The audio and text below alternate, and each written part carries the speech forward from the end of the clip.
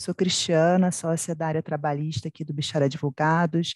Muito obrigada pelo tempo de vocês essa manhã, dividir essa manhã com a gente para falar de um assunto importante, atual.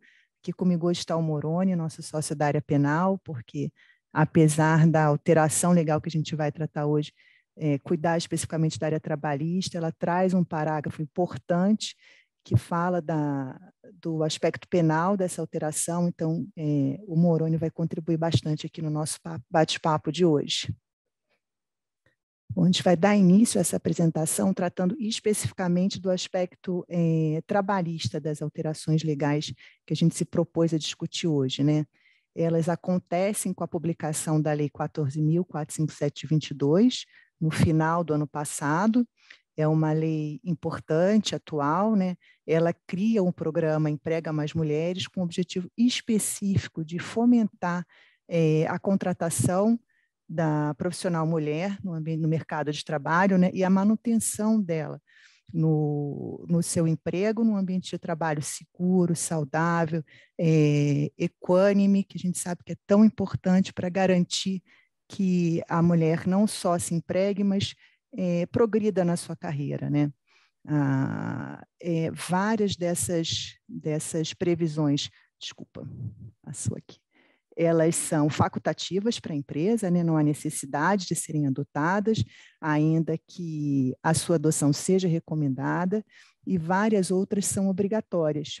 Dentre essas medidas, esse cardápio de medidas para fomentar a empregabilidade da mulher, a gente tem o artigo 23, que trata especificamente de uma alteração nas atribuições da CIPA, né?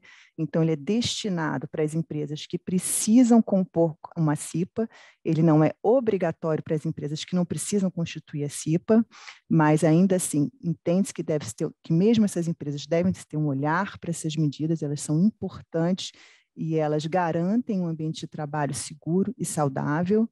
E aí, de novo, esse artigo 23, nos seus incisos, ele lista medidas específicas que precisam ser adotadas agora no futuro próximo, ou seja, no dia 21 de março. A lei foi publicada lá atrás, no final de 22, e deu um prazo de 180 dias para que as empresas se adequassem e adotassem essas novas medidas que visam ter um ambiente de trabalho livre do assédio sexual e de qualquer outra forma de violência, alargando a atribuição da CIPA também para esse assunto. A CIPA passa a se chamar agora Comissão Interna de Prevenção de Acidentes e Assédio.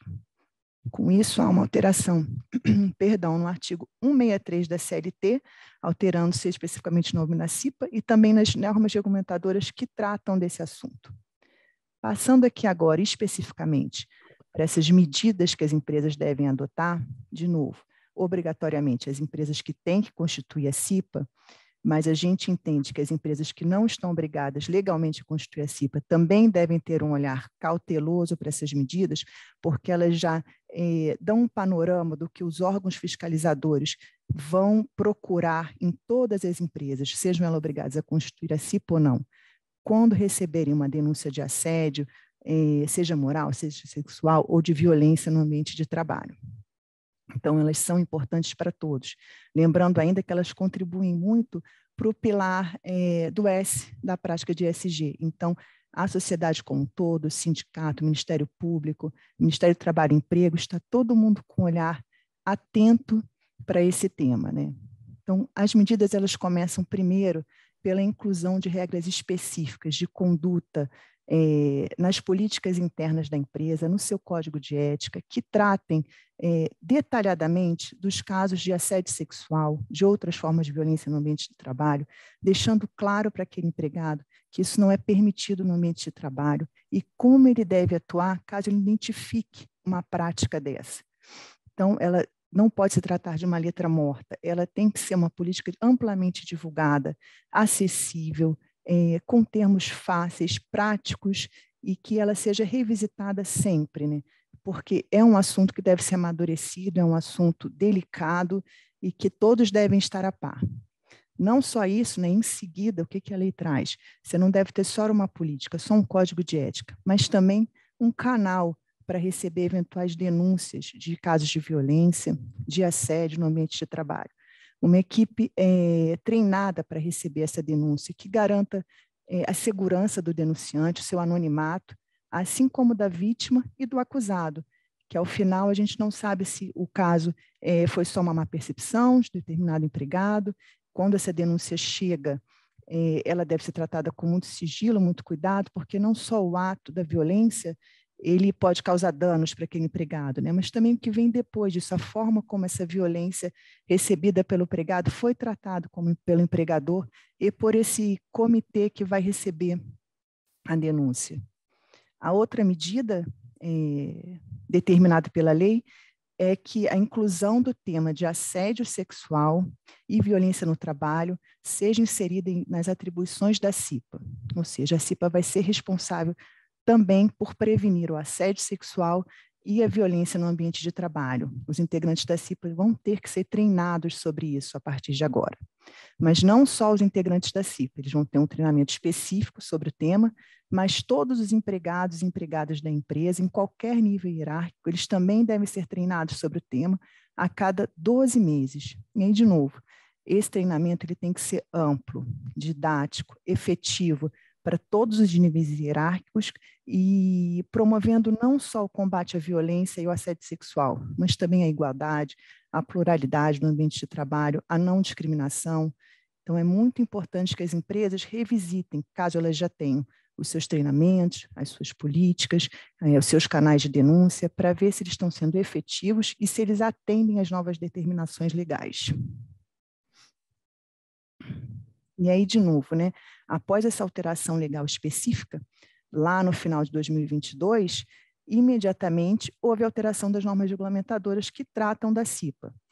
Muitas delas somente para alterar o nome da CIPA, que passou a contar com assédio agora ao final, mas as alterações mais importantes se deram na NR1, que trata de segurança e saúde do trabalho, e na NR5.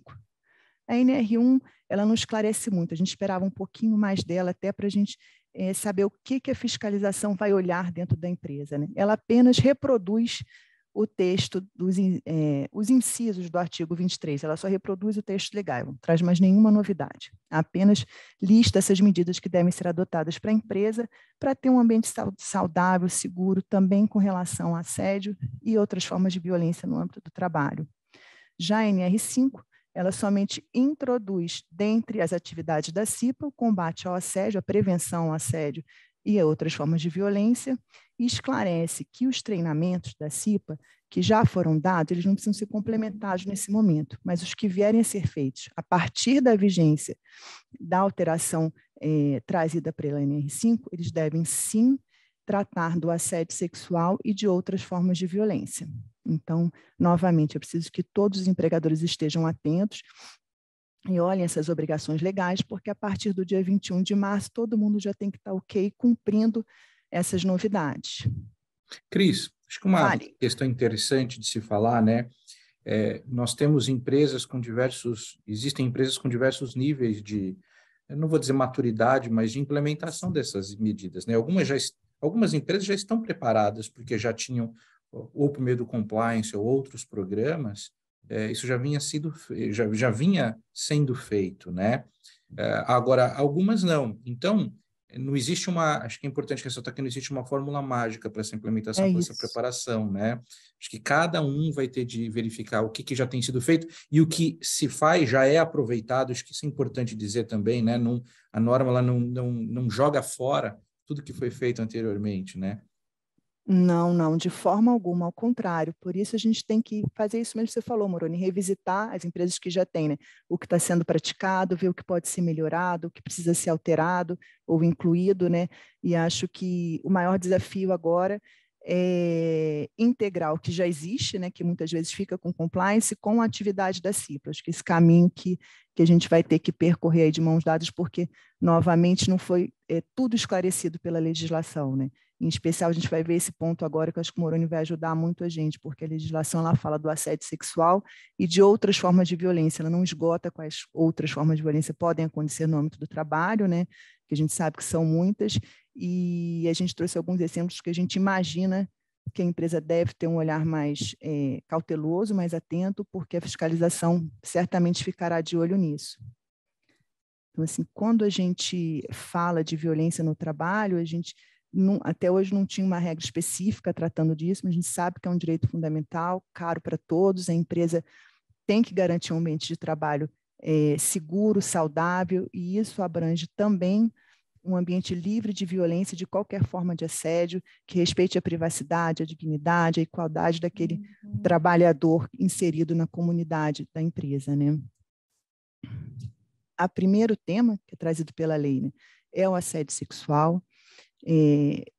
A definição de assédio sexual no âmbito do trabalho está muito ligada ao Código Penal, né? Tem um artigo específico tratando disso, não é, Moroni? E ela Exato. acontece legalmente quando há uma situação de hierarquia na relação, né? Quando o assediador tem um poder sobre o assediado e ele usa esse poder para se favorecer, obter vantagens sexuais daquele assediado, intimidando, criando nele a sensação de que ele vai ter um prejuízo no seu ambiente de trabalho se ele não ceder às investidas dele. Então, legalmente tem que ter essa relação de hierarquia entre assediador e assediado, não pode ser consentido, não pode haver qualquer receptividade do assediado, mas isso não esgota todo o assunto que a gente traz aqui hoje, porque independente do conceito de assédio sexual e da lei tratar especificamente dele, ela fala também de outras formas de violência. E aí a gente acho que em relação ao assédio, Vale. se me permite, né, você já falou muito bem a respeito dessa necessidade de haver uma relação de subordinação, ou seja, as relações entre pares, onde não há essa estrutura talvez mais vertical, isso não vai ser encarado como assédio, né? O assédio é justamente aquilo que você explicou. E se a gente colocar aqui, né, no nosso ordenamento jurídico, o nosso Código Penal é de 1940.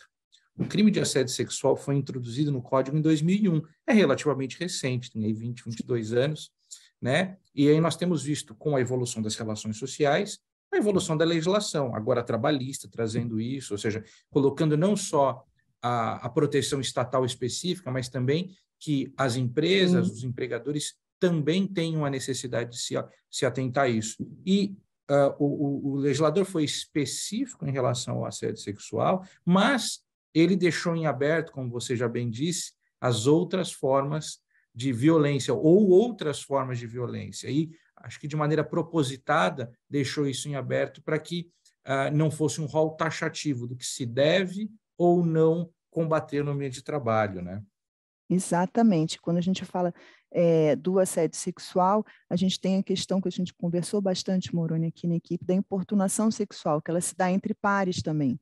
E que o empregador deve estar atento a isso, não só o empregador, e por isso os treinamentos, né, mas toda a comunidade daquela empresa, porque a violência, às vezes, ela é sutil, ela vai minando, a vítima da violência ela não consegue se colocar, ela tem medo de chegar ao canal de denúncia, muitas vezes o denunciante sequer é a vítima, né? É um par, é um colega que enxerga aquela situação, se incomoda, se sente violentado também de estar naquele ambiente de trabalho e faz a denúncia. Então, é importante que a gente trouxe aqui alguns exemplos de possíveis violência no ambiente de trabalho. A gente tem os insultos verbais, ameaça pelo uso do poder, da coação, o assédio moral, que é muito comum, que é muito visado pelo Ministério Público do Trabalho, omissão de cuidados ao empregado, tortura, discriminação, inclusive o trabalho infantil, o trabalho análogo à escravidão. Hoje em dia, um tema que acontece muito, que é o stalking, né? Você vê alguma parte da comunidade da empresa que passa a verificar as redes sociais de determinado empregado, trazer a vida privada daquele empregado para dentro do ambiente de trabalho, usar aquilo de alguma forma para intimidá-lo. Então, são muitas as formas de violência e todas elas devem ser tratadas pela empresa, passar pelos seus treinamentos, né? Os empregados devem estar atentos a todas elas para que se tenha esse ambiente de trabalho saudável, né? Por isso que eu acho que uma das medidas, ela fala muito de forma taxativa que o treinamento ele não deve ser feito somente para uma faixa hierárquica, era o que a gente via acontecendo em determinadas empresas, né? Mas ele deve ser feito para todos, empregados e empregadas, e revisitado a cada 12 meses. Né? Como você bem colocou, Morena, a sociedade muda, né? Tem evolução, e as formas de violência também, infelizmente. Acho que uma coisa interessante, Cris, até você falou, já introduziu o assunto do assédio moral, né? E aí talvez uma pergunta que se possa fazer, né? O assédio moral como talvez outras formas de violência que são tratadas na norma de maneira genérica, mas se o assédio sexual, desculpa, se o assédio moral é crime ou não.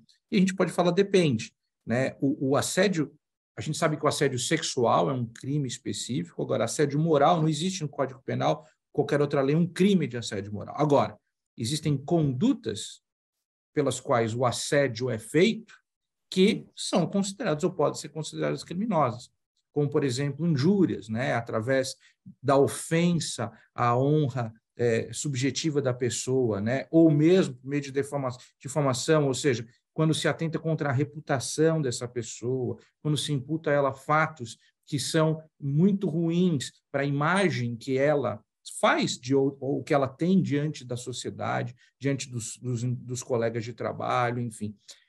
Você pode ter as outras formas que você já falou, importunação sexual, enfim, mas o próprio assédio moral pode ser cometido através de crimes. E o espírito da norma diz que se deve coibir outras formas de violência, e até violência contra a mulher, mas enfim, mas outras formas de violência vão ser coibidas, ou devem ser coibidas, ou deve ser uma preocupação ao empregador isso, né? E acho que a gente e aí depois a gente vai falar um pouquinho mais, mas como é que a empresa vai lidar nas situações em que se verifica efetivamente o cometimento de um crime ou a possibilidade do cometimento de um crime, né? Porque a lei específica ela fala que o empregador, quando receber a denúncia, verificado que realmente houve o ato faltoso, né, ele pode aplicar uma sanção àquele empregado, seja ele o responsável direto pela ofensa ou indireto, né, e a gente entende que o próprio gestor que não cuida daquela equipe, que está ciente que aquilo está acontecendo, não tomou nenhuma medida, ele pode ser responsabilizado sim, mas ele fala mais, né, o inciso da lei, ele fala que o empregador poderá aplicar outras medidas judiciais. E mais à frente trata no parágrafo 1º das medidas penais que você vai falar mais adiante. Então, realmente, é preciso estar atento ao tema. Seguindo aqui, a gente fala de novo especificamente todas as medidas preventivas, né, trazidas aí pelos incisos do artigo 23, e quais seriam essas ações? Novamente, ter um código de conduta específico que deve ser observado, cumprido, revisitado ao longo do tempo, ter uma ouvidoria para receber essas denúncias, necessariamente isenta, transparente, que garanta o anonimato do denuncioso, de novo, o sigilo ao longo de toda essa apuração e após também, manter uma política de diálogo aberta com os empregados, o treinamento específico da CIPA e regular para prevenção de assédio sexual e de outras formas violentas e de violência, e aí fazer periodicamente os treinamentos com todos os empregados, em todos os níveis. Não que necessariamente esse treinamento tenha que ser o mesmo para todos os níveis, mas que ele seja, sim, feito para todo mundo a cada 12 meses. Novamente, entendemos que isso vai ser fiscalizado, a gente sabe que é uma medida obrigatória somente para quem precisa ter CIPA, mas que entendemos que deve ser observada também pelas empresas que não devem constituir a CIPA. É um cuidado interessante a se ter, a empresa só tem a ganhar com isso, porque vai ter um ambiente de trabalho seguro, transparente, livre da violência, que é uma obrigação sua, acima de tudo, né, constitucional, garantir esse ambiente de trabalho seguro, e como a lei já traz essa diretriz para as empresas que devem compor a CIPA, certamente, seja o Ministério Público, o Ministério do Trabalho e Emprego, ou em uma ação judicial, essas medidas vão nortear a decisão, seja do juiz, do fiscal ou do próprio procurador, quando for verificar se a empresa tem feito o possível para garantir um ambiente de trabalho seguro e saudável. E aí, de novo, né, acho que o Moreno já comentou ainda que a lei vise a empregabilidade da mulher, que ela existe um programa para isso. Esse assunto ele deve ser entendido e estendido a todo o público de empregados da empresa, independente do gênero. A gente entende que vai haver algum desafio para as empresas, né, para atender essa lei, como o Moroni muito bem disse, muitas já têm parte disso implementado, então vai ser preciso revisitar essas medidas, verificar se os canais são efetivos, se as normas de conduta estão de acordo com a lei, se elas podem ser aprofundadas, desenvolvidas melhor, se elas estão sendo bem comunicadas para os seus empregados, bem divulgadas. A estruturação de 2 treinamentos bastante distintos agora, né? Um para a CIPA, outro para os empregados. É importante que a empresa gere indicadores dessas medidas, saber se isso está funcionando, o que pode ser melhorado, o que pode ser feito ao longo do tempo, a cultura da empresa está mudando, precisa de algum aperfeiçoamento, o time que está cuidando disso é o ideal, a gente acredita que esse time deve ser multidisciplinar, envolvendo jurídico, RH, o compliance, né, segurança e saúde do trabalho. E lembrando sempre, acho que o ponto mais importante disso tudo é um assunto novo para a CIPA, ele já tinha iniciado em muitas empresas pelo compliance, então é preciso amadurecer o time, é preciso cautela e sigilo sempre quando se receber uma denúncia desse caráter. Aqui a gente traz alguns cuidados adicionais quando se fala em caso de assédio, né? Quando se recebe essa denúncia, o que a gente pode fazer para tratar ela da forma ideal? Porque, ao final do dia, a gente sabe que, havendo uma judicialização desse assunto, né, o ônus da prova é do empregador. Então, ele recebeu essa denúncia, tratou ela de forma correta, cuidou da vítima como ela deveria ser cuidada, sendo identificado que o assédio ou que a violência realmente ocorreu, a gente tem provas robustas de que ela ocorreu, a gente vai poder sustentar isso, seja no judiciário, seja no Ministério Público do Trabalho. Então, como fazer isso? De novo, através de um canal isento, ágil, rápido, transparente, que garanta o sigilo, que garanta o anonimato do denunciante, mas que recolha as provas devidas, né? Que tenha uma investigação conduzida e documentada corretamente. Então, é arquivar todos os meios de prova, ainda que seja uma gravação, que seja um documento, que seja uma filmagem do ambiente de trabalho onde aquele assédio, aquela violência aconteceu, se for necessário, dar um apoio psicológico a essa vítima, que a gente também tenha isso documentado. Então, o dossiê deve ser bastante completo, porque no final do dia a gente sabe que o ônus da prova fica com o empregador e a gente tem que ter como demonstrar que a empresa estava atenta, que a empresa tem medidas para prevenir esses casos, que uma vez identificado, cuidou disso da forma mais correta, mais segura para todos os envolvidos, seja o denunciante, a vítima e mesmo o acusado. O que a gente enxerga, né, dessas alterações legais trazidas, né? Quais são os pilares para um ambiente de trabalho seguro, de acordo com a nova lei, e que a gente entende que vai ter um olhar mais atento da fiscalização do judiciário. Primeiro, elaboração de normas de conduta, de políticas internas que tratem do assunto de forma mais profunda, cuidadosa, atenta e devidamente divulgada para os seus empregados. Você não pode fazer uma política interna e fazer com que isso se torne uma letra morta, não. O seu empregado ele tem que ter ciência dessa política, ele tem que saber o que a empresa espera dele, o que aquela comunidade espera dele com relação a esses temas, e, portanto, a empresa também deve estender essa política para treinamentos periódicos, né? De 12 em 12 meses, aplicar treinamentos para os seus empregados de qualquer nível, em que se esclareça o que é o assédio sexual, quais são as formas de violência, qual o ambiente de trabalho que é desejado dentro daquela comunidade, o que é permitido, o que não é, e as consequências que acontecem quando isso não é observado.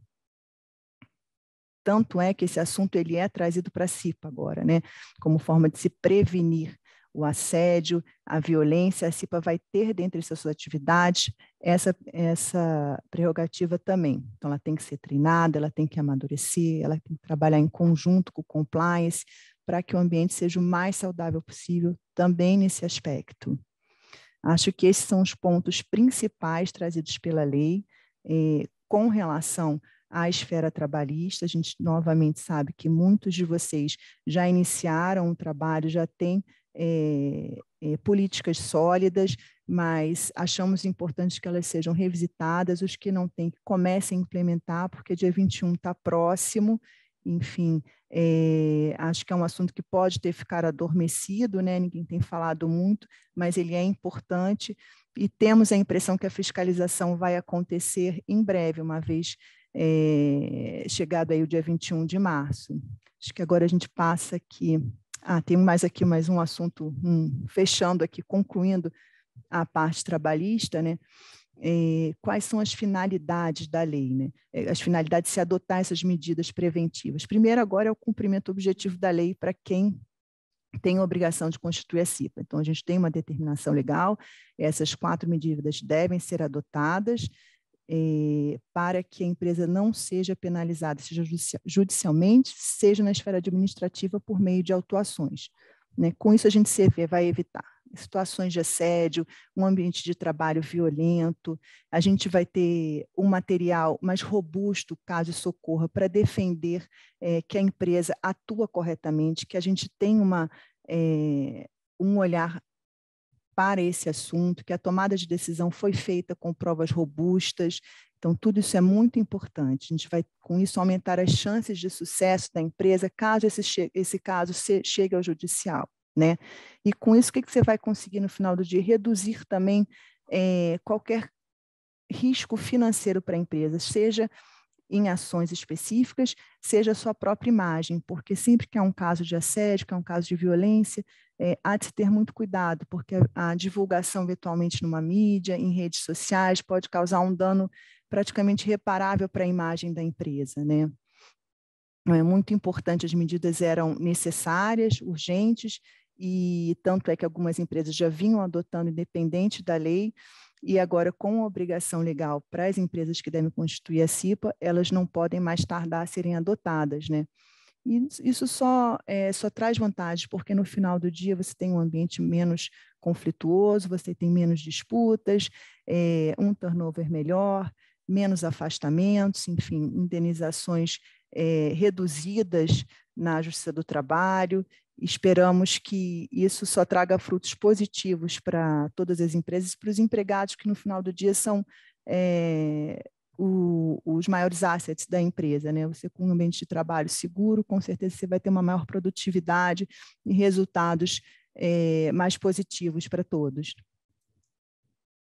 Agora, Moroni, acho que a bola fica com você. A gente vai tratar do parágrafo 1º, né, do artigo 23, que traz o aspecto penal aí para essas medidas e para o combate ao assédio sexual e outras formas de violência. Cris, você bem explicou, né? Acho que algumas das alterações que foram promovidas pela lei. E essa lei, ao contrário de outras, do ponto de vista penal, ela é muito bem-vinda.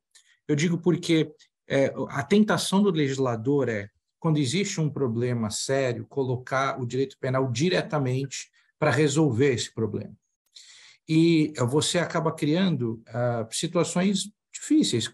Há alguns anos, por exemplo, houve uma situação em que, talvez alguns vão de lembrar, houve o oferecimento de pílulas para tratamento de câncer, que na verdade eram placebos, não faziam efeito nenhum. Isso foi considerado muito ruim, e obviamente então criou-se um crime, falsificar remédio. Né? E é um crime só que com uma pena altíssima, maior que a do homicídio, por exemplo. E nesse mesmo crime, quem falsifica shampoo, por exemplo, se alguém fizer um shampoo falsificado, tem uma pena maior do que a do homicídio. O resultado disso é uma lei que não pega, por assim dizer. É inaplicável uma lei com uma pena tão alta. Então, nesse caso, o legislador do assédio, ele não sucumbiu, talvez, à tentação de se responsabilizar ainda mais em relação aos crimes que eventualmente sejam cometidos. Mas ele deixou claro que quem comete esse tipo de crime deve ser responsabilizado e que as empresas devem fomentar um ambiente de trabalho que impeça a proliferação desse tipo de comportamento. Né? Então, ela fala... tem os procedimentos que devem ser adotados pela empresa, né? Enfim, as novas formas, talvez, de treinamento, ou o aproveitamento dos treinamentos anteriores, né? Talvez uma reconfiguração ou se repensar a respeito das funções da CIPA, ou componentes da CIPA, né? Agora, não há nenhum dispositivo que diga efetivamente da obrigatoriedade de se levar esse assunto às autoridades policiais ou ao Ministério Público, não do Trabalho, né, mas o Ministério Público Criminal ou Penal, por assim dizer. E isso é muito bem-vindo.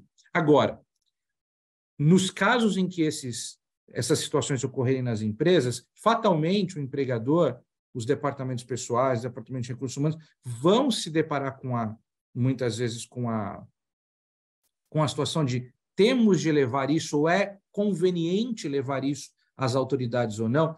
Um dos aspectos a ser considerado é justamente a questão da publicidade, da imagem da empresa, mas também há de se considerar a imagem da empresa como aquela que defende os seus empregados num momento em que esse tipo de conduta ocorre, né? Então, uma outra preocupação também é a seguinte: ainda que o legislador não tenha imposto uma obrigação específica aos dirigentes das empresas se levar a conhecimento das autoridades eventual assédio sexual ou essas outras formas de violência, os procedimentos internos eles não podem ser interpretados como uma forma de proteger o agressor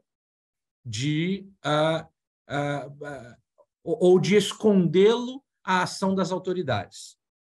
Existe um crime específico chamado favorecimento pessoal, que é justamente aquela pessoa que ajuda alguém a fugir ou se esconder da polícia ou da autoridade policial ou da autoridade judicial. Então, um cuidado que se deve ter em relação aos procedimentos internos, e eu digo em relação às normas internas, procedimentos de compliance, mas também em relação aos procedimentos específicos, né? Quando se deparar com uma situação dessa, é de que nenhuma conduta da empresa seja encarada, ou de seus agentes, né, seja encarada como uma tentativa de se acobertar um mal feito. Então, esse é um cuidado que se deve ter nesses tipos de casos. Em relação ao aspecto do assédio sexual, especificamente, aí talvez nós tenhamos o próximo slide aí, né, Cris? O assédio sexual é justamente esse constrangimento de alguém ou tentar conseguir uma vantagem sexual por conta da sua relação superior, de superior, de ascendência, né? E ela não precisa ser uma ascendência necessariamente do organograma da empresa, mas se existe de poder, fato, né? Exato. Não só de direito, mas se de fato existe essa ascendência, ou seja, que ela, de fato, ainda que talvez sejam pares no organograma, mas se de fato existe essa ascendência, né? Ou seja, se as ações podem impactar de fato no emprego de outra pessoa, esse crime pode se configurar, né? Caso não haja essa relação de hierarquia, né, ou de ascendência, a gente não tem o crime de assédio sexual. Agora, muitos outros crimes podem, como, por exemplo, a importunação sexual, né? Ou então, por exemplo, a perseguição, o que se chama de stalking, né? Quando reiteradamente alguém passa a perseguir a pessoa. Então, essas formas de violência, elas certamente estarão no radar da fiscalização, e elas poderão se tornar problemas mais graves. Então, uma decisão ou várias decisões estratégicas devem ser tomadas pelas empresas nesse sentido, de que se eu vou... qual vai ser a minha postura quando receber uma denúncia? E vejam que é uma situação delicada, porque no caso dos crimes sexuais, por exemplo, a gente falou de evolução da legislação. Até pouco tempo atrás, o próprio crime de estupro, que é gravíssimo, ele ficava condicionado a uma representação da vítima. Ou seja, o agressor só ia ser processado porque se a vítima fosse pedisse ao Ministério Público, né, pedisse ao autoridade policial, que isso fosse para frente. Isso mudou, porque viu-se que muitos casos não chegavam ao judiciário justamente por conta disso, porque as vítimas se calavam, mas vejam que elas faziam isso muitas vezes para preservação da privacidade. Eu não vou entrar no mérito quanto a isso, mas a questão é o sentimento da pessoa, muitas vezes era, não vou levar isso porque já é vergonha o suficiente para mim ter passado por essa situação. É óbvio que isso nenhuma vítima deve se sentir dessa forma, mas a situação de fato era essa. Agora, nesses casos em que a intimidade sexual da pessoa muitas vezes pode ser exposta, em casos de assédio, é de se pensar e de se analisar, obviamente, a necessidade de se levar a isso, mas também a privacidade do próprio empregado. Uma coisa é certa, nunca se pode compelir o empregado a não realizar ou se levar notícia desse fato às autoridades. Isso vai ser interpretado certamente como favorecimento pessoal. Agora, até onde se respeita essa vontade do empregado de se levar ou não às autoridades, vai ser uma decisão muito delicada, tomada certamente no caso a caso, né? Não existe uma fórmula mágica, até para enquadramento das eventuais condutas. No direito penal, e é muito interessante, às vezes é difícil enquadrar em um ou em outro delito, né? Por isso que os doutrinadores chamam isso de concurso aparente de normas. Aparente porque sempre uma conduta vai ser só um crime. Agora, existe uma área nebulosa em volta deles para que se possa decidir ou não, ou qual que é o crime ou não. Existem uma série de critérios que podem ser. Agora, isso para dizer que as situações que serão apresentadas às empresas certamente não serão fáceis de se definir de plano, ou muitas vezes não serão. Algumas são, sim. Mas, por conta disso, também deve se atentar a essas novas, como é que eu posso dizer, essas novas demandas e fazer com que isso não se transforme numa caça às bruxas, mas também o ambiente de trabalho não seja algo que é completamente permissivo em relação a isso. Acho que você muito bem colocou, Moroni, acho que é uma máxima, deve ter um olhar caso a caso, né? Um acolhimento a cada denúncia, a cada situação muito especial. Independente de se ter um código de conduta, de se ter um treinamento, a gente não pode perder de vista que cada situação vai ser única, né? Na maioria das vezes, quando se trata de assédio e de violência. Acho que isso é muito importante. E a gente tem essas particularidades. A norma fala de muitas outras coisas, como, por exemplo, reparação à vítima, que momento que ela deve ser feita ou não, se existe um procedimento penal já contra o agressor, se não existe, até quando é responsabilidade da empresa de se fazer, de quem fez isso. Existe uma série de situações que vão ser analisadas caso a caso, né? Ou melhor... E o mesmo para a aplicação das sanções previstas na legislação trabalhista, né? Seja uma advertência, uma suspensão, seja o rol de possibilidade para aplicação da justa causa, né? Que até exclui a aplicação da justa causa se não houver uma decisão, uma penal transitada em julgado, no caso de uma acusação penal. Então, esse olhar é bastante importante. Acho que você está falando é pertinente também na esfera trabalhista. E outra coisa, né? E se isso ocorre numa relação de um empregado com alguém de fora, ainda que seja no ambiente de trabalho? Uma das nossas perguntas aqui, Moroni, um participante acabou de perguntar como é que deve ser o olhar da empresa se essa ofensa, se esse assédio vem de um cliente no ambiente de trabalho. Infinitas possibilidades, não? Não tem resposta pronta, né, Cris? Exato, não tem. Com certeza o ambiente tem que ser seguro. Se o seu empregado se sentir ameaçado por aquele cliente, você deve acolhê-lo, né? Deve entender o que ele te falou, dizer que vai investigar, que vai tratar, mas de forma, aí penso eu, de forma distinta.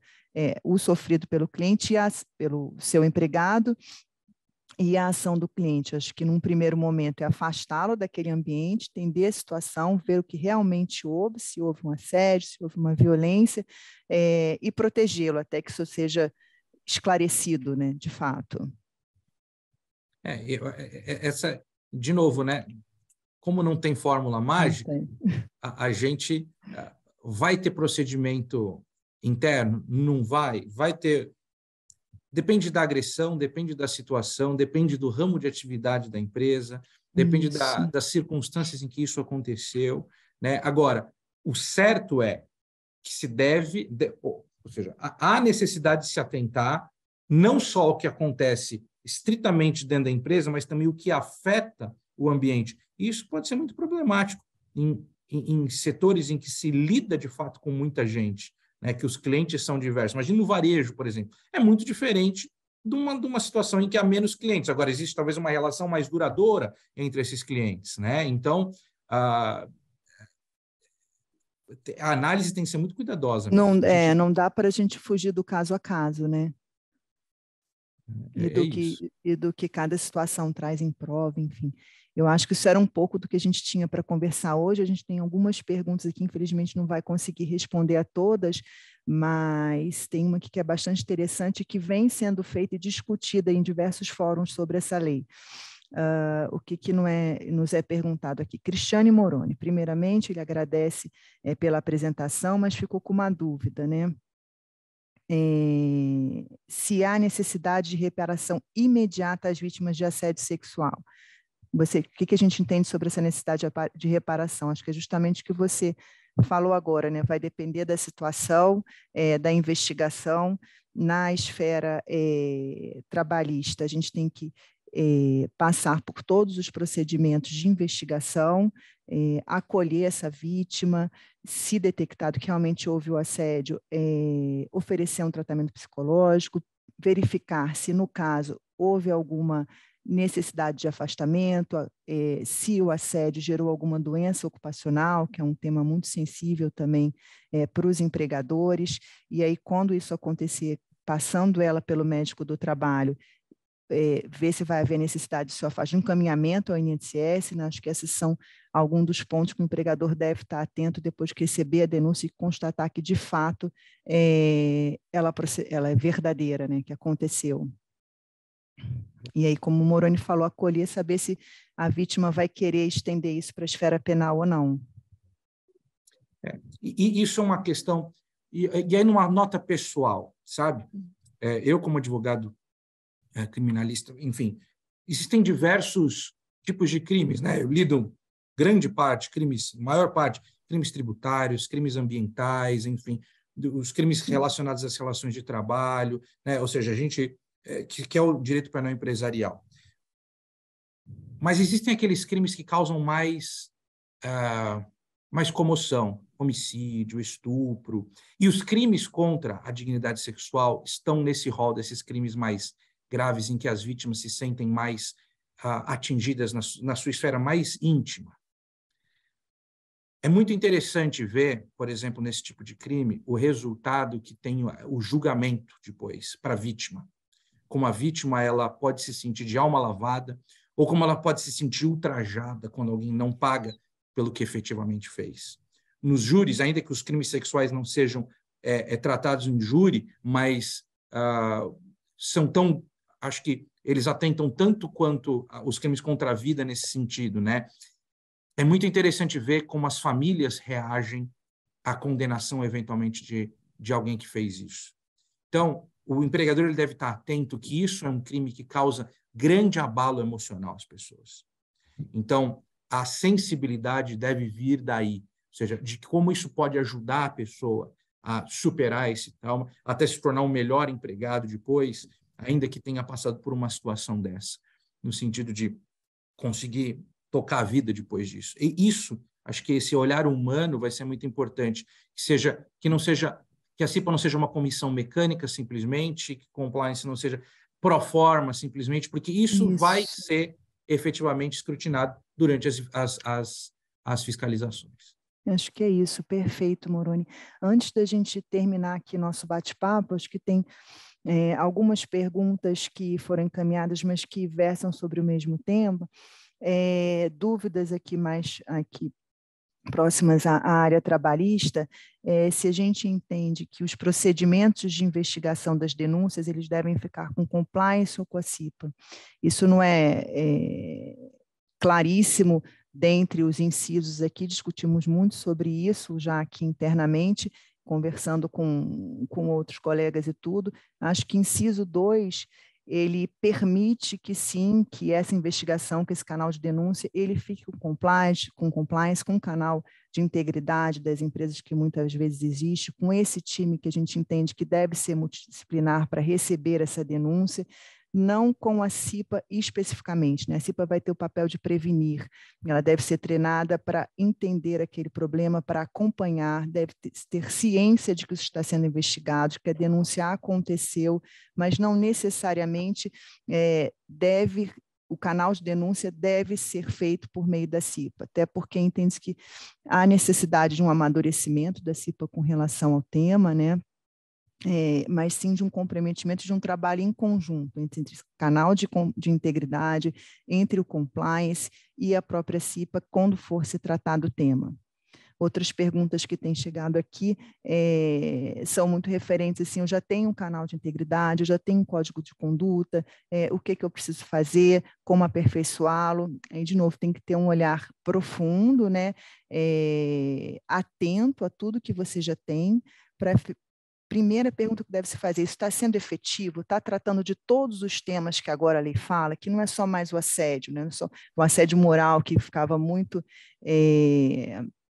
em destaque nessas regras. Não, a gente tem que aprofundar, entendemos que essas regras e esses códigos, essas políticas internas, elas têm que ser aprofundadas, os capítulos alargados quando tratar do tema, e mais do que isso, elas têm que ser transparentes, divulgadas e de fácil acesso, palatável para os seus empregados, né? Disseminada entre todos os níveis hierárquicos e periodicamente revisitadas. Então, ainda que a empresa entenda que já adota alguma dessas medidas, este é o momento para ter um novo olhar sobre elas agora com as diretrizes da lei. E, assim, por fim, eu gostaria de falar lembrar que essas medidas elas são obrigatórias para quem precisa constituir a CIPA, mas que é importante que todas as empresas tenham um olhar para elas, porque, sem sombra de dúvidas, elas vão ser a espinha dorsal quando houver qualquer investigação ou uma ação tratando do tema, esteja a empresa obrigada, o empregador, a constituir a CIPA ou não. E acho que um último lembrete, Cris, é que, do ponto de vista penal, as empresas elas não são, nesses casos, responsabilizadas, mas seus dirigentes, né, obviamente quem comete o assédio, né, ou a forma de violência, mas quem de alguma forma tentar encobrir esse tipo de coisa pode ser responsabilizado pessoalmente. E eu digo pessoalmente, pessoa física, não a empresa, né? Não, muito importante isso lembrar, sim. Eu queria lembrar para todo mundo que a nossa apresentação vai estar disponível, que o time está à disposição para esclarecer qualquer outra dúvida complementar. Os nossos e-mails estão aqui na tela agora, mas a gente vai colocar no chat. Qualquer dúvida, enfim, por favor, nos procure. Queria agradecer muito a atenção de vocês, o tempo de vocês nessa manhã e, enfim, estamos à disposição. Mais uma vez, obrigada. Obrigada, Moroni, pela companhia hoje e pelo apoio. Cris, também muito obrigado. Obrigado a todos os participantes que nos deram esse tempo precioso dessa manhã e estamos à disposição para atendê-los e dirimir outras dúvidas que eventualmente surjam.